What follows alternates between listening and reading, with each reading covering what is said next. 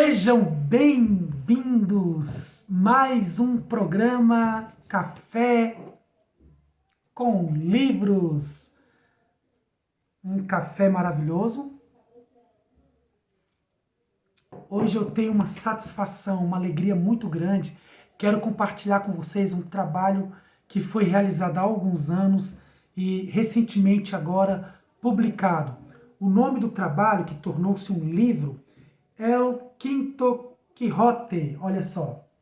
O que é esse livro aqui? Isso aqui é uma coletânea de textos, de capítulos, né? São vários capítulos, que tornou-se então um livro, de vários locais do mundo, de alguns países aí. Qual é a proposta? Continuar a história de Dom Quixote de la Mancha, de Miguel de Cervantes. A proposta é: crianças do mundo inteiro, escolas de vários países, são escolhidas para que essas crianças possam contar, a partir da cultura daquele país, um capítulo específico da continuação da história de Dom Quixote. Nós tivemos a honra, o prazer e a alegria da nossa escola, de uma escola, na verdade, que é a escola Centro de Ensino, Centro Educacional 416, sede 416, de Santa Maria, da cidade satélite de Santa Maria, do Distrito Federal, ser escolhida para representar o Brasil. E eu tive a honra, de ser o professor, o tutor literário. Então nós ficamos um mês ali trabalhando com essas crianças que estão aqui, esses estudantes aqui da escola. Nós criamos um capítulo, que é o capítulo 8, e nós intitulamos As Aventuras de Dom Quixote em Brasília. Então, a Ponte JK, o Congresso Nacional se tornam os cenários para a imaginação de Dom Quixote. Então a gente ilustra aí os vários obstáculos de Dom Quixote. A nossa história que nós criamos, e aí fomos selecionados, essa escola, e aí tem textos aqui da República Dominicana, tem textos da Cidade do México, tem textos da Espanha, tem textos de La Paz, na Bolívia. Gente, é uma honra, uma satisfação. Assunção, no Paraguai. É uma grande alegria e uma honra para nós, a Montevidéu, no Uruguai, Brasília, representar o Brasil, dentre tantos textos de outros países, da Argentina, e nós estamos aqui representando o Brasil, Portugal. Então, é uma satisfação, é uma alegria. Esse livro ele não está sendo comercializado, né? São poucos exemplares, mas eu queria dividir com vocês essa alegria e essa satisfação, tá bom? Começar então o vídeo podendo falar um pouco disso para vocês. El Quinto Quixote, um capítulo produzido por estudantes de escola pública da cidade satélite de Santa Maria, que eu tive o prazer de ser o tutor literário, vai ficar para sempre no meu coração. Quero falar um pouquinho hoje sobre um teórico que ele é um teórico muito importante para a educação, ele trouxe uma contribuição muito grande para a educação, né, o seu estudo todo. Ele também foi um teórico que causou aí muitas controvérsias para a educação, né, muitas polêmicas, por assim dizer. Vamos falar sobre Louis Althusser. Louis Althusser, que nasceu na Argélia. Ele nasceu na Argélia em outubro de 1918 e faleceu também em outubro, 23 de outubro de 1990. Ele foi vítima de um ataque cardíaco. O nome Althusser foi uma homenagem que a mãe deu ao tio dele, irmão do pai. Na verdade, essa mãe, ela gostava, na verdade, do tio. Não conseguiu se casar, mas se casou então com o pai. E isso causou muitos problemas futuros para ele, né? O tio, na verdade, esse tio, ele foi falecido durante a Primeira Guerra Mundial. E a mãe de Louis Althusser, então, veio se casar com o pai de Louis Althusser, tá bom?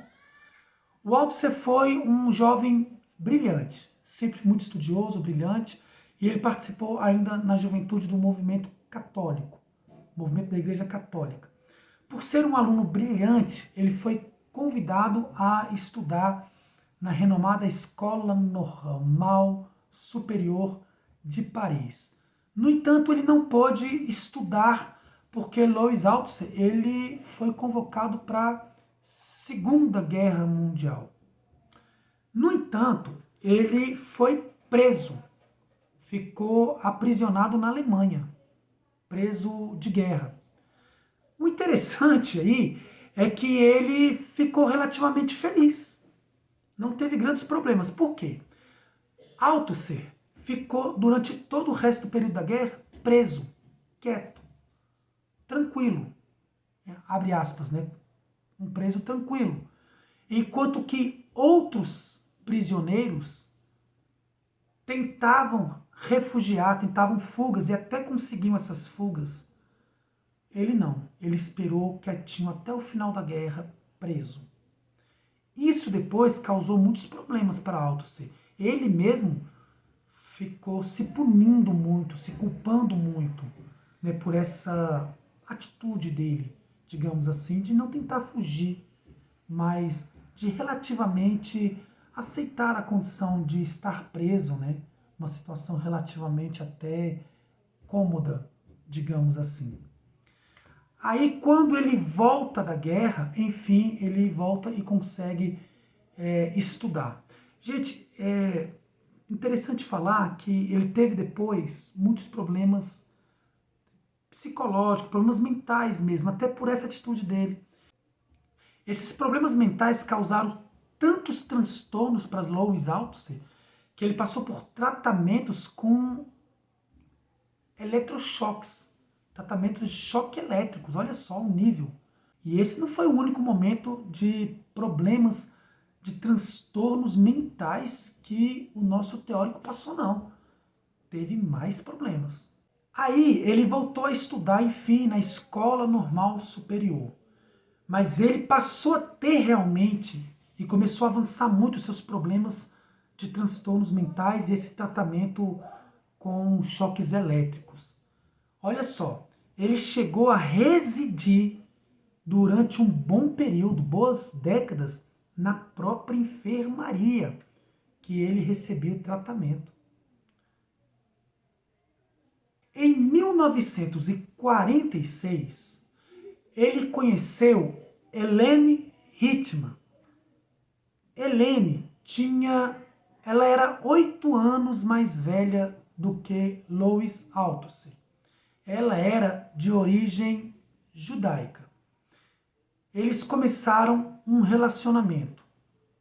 E em 1948, Louis Althusser, que era marxista, se filiou no Partido Comunista Francês e começou também a dar aulas na Escola Normal Superior. Em 1980 foi um momento trágico na vida de Louis Althusser, talvez o momento mais delicado da sua vida, que depois ele até descreve aí em uma das suas autobiografias. Nesse ano, ele estrangulou a companheira Helene Hittman. Ela foi assassinada por estrangulamento. Ele teve um surto psicótico. Depois, ele mesmo meio que assume esse assassinato muitos anos depois. Só que em 1981, durante seu julgamento, ele foi considerado inimputável. A justiça considerou que ele não tinha condições psicológicas e, em vez de ser condenado, ele foi inocentado, mas foi encaminhado para tratamento psicológico em Saint-Étienne, no Hospital para Tratamentos Psicológicos. Isso em 1981. O próprio Louis Althusser, como eu disse anteriormente, ele descreve toda essa situação que ele passou em algumas obras. Por isso que muitas pessoas fazem críticas ao autor. E eu deixo claro aqui que a gente não faz defesa da pessoa, né, da vida pessoal, mas a gente muitas vezes faz relatos e faz defesas e tenta trazer estudos sobre a obra, a contribuição, especialmente à educação, tá bom? Agora vamos falar sobre a contribuição de Louis Althusser, a sua contribuição acadêmica, pedagógica, em especial à educação. Para Louis Althusser, o Estado é o aparelho repressor. Entretanto, nós temos que distinguir Estado e aparelho de Estado. Vejam, o Estado tem o aparelho repressivo e o aparelho ideológico.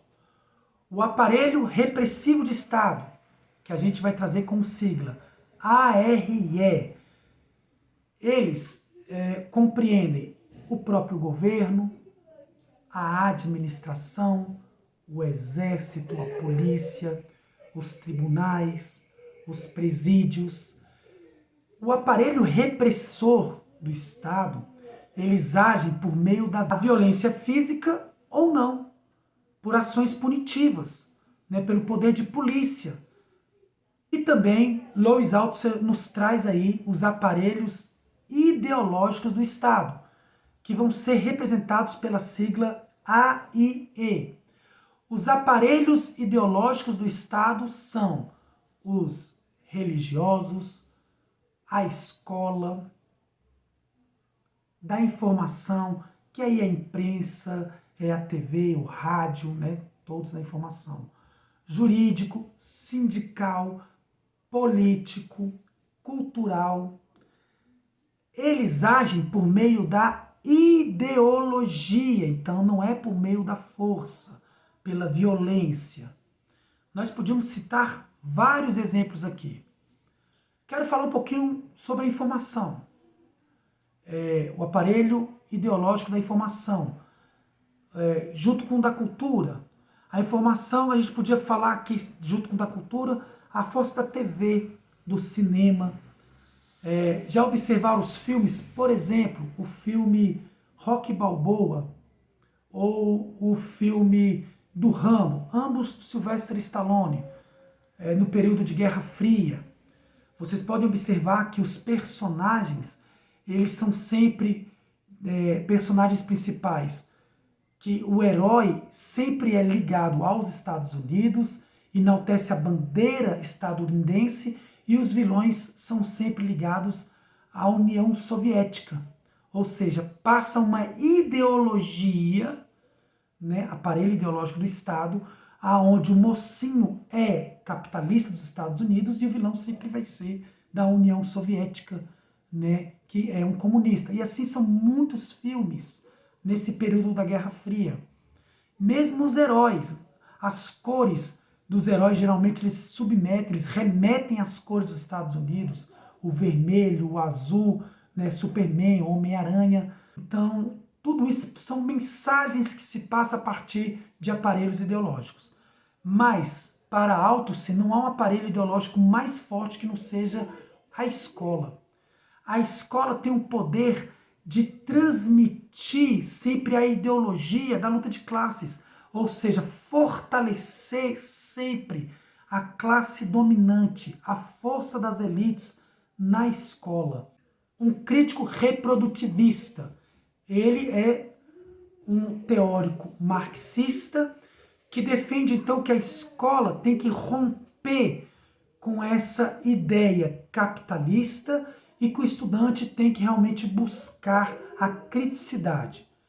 Aprendemos um pouquinho sobre o aparelho repressivo do Estado, ARE, e o aparelho ideológico do Estado, AIE, de Louis Althusser. Espero que vocês tenham gostado. Foi mais um vídeo aí para contribuir com conhecimentos pedagógicos.